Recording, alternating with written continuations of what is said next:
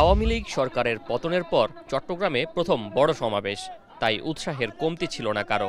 বেলা ৩টার আগে থেকেই ঐতিহাসিক লালদিঘি ময়দানে হাজির হতে থাকেন ছাত্র জনতা। উঠে আসে আগামীর দেশভাবনা, দুর্নীতি, টাকা পাচার, চাঁদাবাজি ও সন্ত্রাসের বিরুদ্ধে করণীয়ের বিষয়।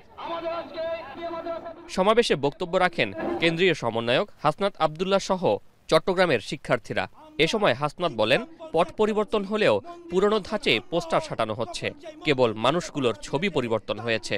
এ সময় হুঁশিয়ার করে হাসনাত বলেন, ভিন্ন কোনো দল যদি চাঁদাবাজি, দুর্নীতির পুরনো খেলায় মেতে উঠতে চায় তবে তাদের উচিত জবাব দেয়া হবে।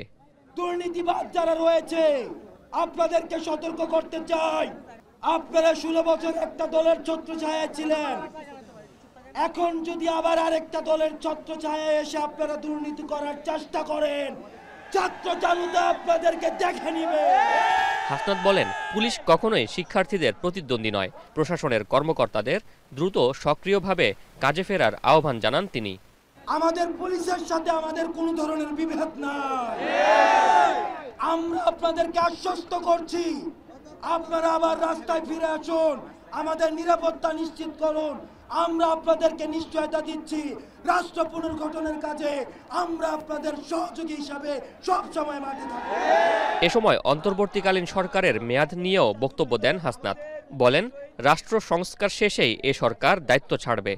যতদিন না পর্যন্ত রাষ্ট্রের যে প্রতিষ্ঠানগুলো রয়েছে, আইন বিভাগ, বিচার বিভাগ, শাসন বিভাগ, শিক্ষা ব্যবস্থা, স্বাস্থ্য ব্যবস্থা, মানুষ যেখান থেকে নাগরিক অধিকার ভোগ করে, সেগুলোতে না যতদিন পর্যন্ত মানুষের আস্থা ফিরে আসছে ততদিন পর্যন্ত এই অন্তর্বর্তীকালীন সরকারকে আমরা দেখতে চাই।